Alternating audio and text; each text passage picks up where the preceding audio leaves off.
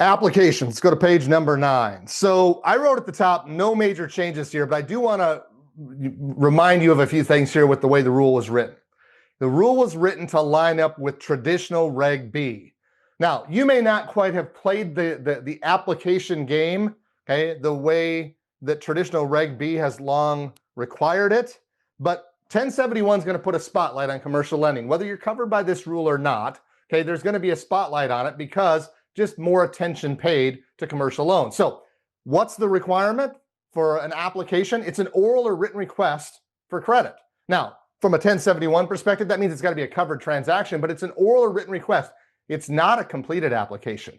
Okay, if you've got people that think that they've got to have a completed application, okay, in order for it to be an app, that's not how this works. It's a oral or written request. It's the very broad definition of an application in 1071. In fact, they go so far as to throw a couple warning shots at you, red flags, if you will. If it appears as though, with respect to commercial lending, small business lending, that everybody gets a loan because you have high approval rates, or it doesn't appear though that there are ever incomplete applications, denied applications, or withdrawn applications, we probably need to look a little deeper. We probably need to start peeling back the layers of the onion and trying to find out what's really going on, because it certainly can't be true that every request turns into an origination.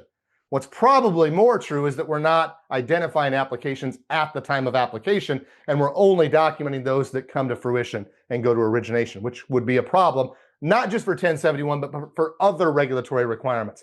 This is an area that, as a result of 1071, whether you're covered by it or not, likely is in need of a tune-up, of a cleanup with respect to what's going on with applications. So included, new loan line requests, okay, those obviously are in. Refinances are going to be in. Look at the bottom of page number 9. So a covered application would be a modification where it's an existing loan. So I'll go back here. This is on your books. We're not going to tear it up. We're going to add something to it by way of a modification, a launch, change in terms, whatever you want to call it. But what we add to it includes new money. So a modification plus new money is a covered application, okay, if it's going to a small business by definition. We would have to go down the collection and reporting channel with that. Now, what's not a covered application? Go to the top of page number 10. Inquiries, they're out. Now, remember, inquiries where you discourage somebody from moving forward, traditional Reg B is still going to say you got to send them an adverse action notice, but they're not covered by 1071. So there's a little bit of a disconnect in Regulation B, where now the same regulation says, oh, we don't want them for 1071. But if you say no, or you discourage somebody from moving forward, you got to send them an adverse action notice, because now you've turned that inquiry into an application for that section of Regulation B. I know, confusing, but that's how they wrote the rules. Pre-qualifications, those are out.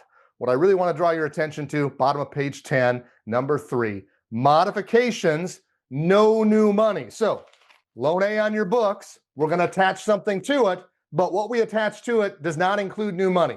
We're just going to kick the maturity date down the road another year, another 6 months. No new money.